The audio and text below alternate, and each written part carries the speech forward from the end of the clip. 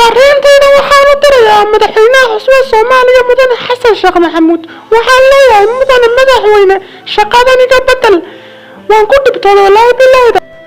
mudane madaxweyne halkan naga saar halyeeyada dalka halkan lahaa halkan ku qormay waxaa kula hadlaya Mr. Qawari hadalka nagu bartay khaajiyow mudane madaxweyne halkan iga kaxeeyaa doontid ra'iisul wasaaraha iga dhigo aniga oo ah taliyihii guud ee ciidamada booliska ee magaaladayda waxaan ka codsanayaa madaxweynaha cusub inuu iga bedelo xilkan oo iga dhigo generaalka guud ee ciidanka xoogga dalka Soomaaliyeed mudane madaxweyne in badan baan dalka u soo shaqeeyay maanta waa inaa xilkan laga bedela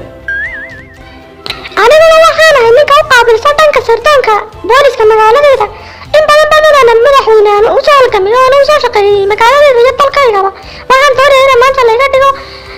maamulka guud ee hay'adda nisa ee nabad sugidda dalka mudane madaxweyne magacaygu waa Maquuste waxaan ahay taliye hore waxaan doonayaa inay iga dhigto ra'iisul wasaare anu wadankayga in badan soo halgamay magac Maquuste waxa la igu bixiyay waligees ma dhiibin mudane waa geesoole waxaan doonayaa inay iga dhigto taliyaha si aan ula dagaalamo Kenya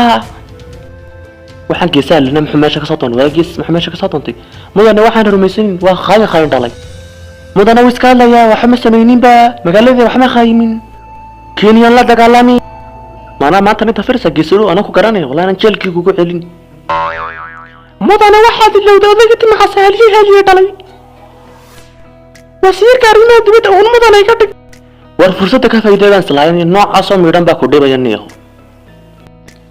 mudane madaxweyne waxaan islaantii la afduubtay mudane anagu xaqayga ma helno tan hay dumarka Soomaaliyeed marka mudane madaxweyne waxaan ka doonaynaa inaan kootada aan helno xaqayga oo dhameystiran aan helno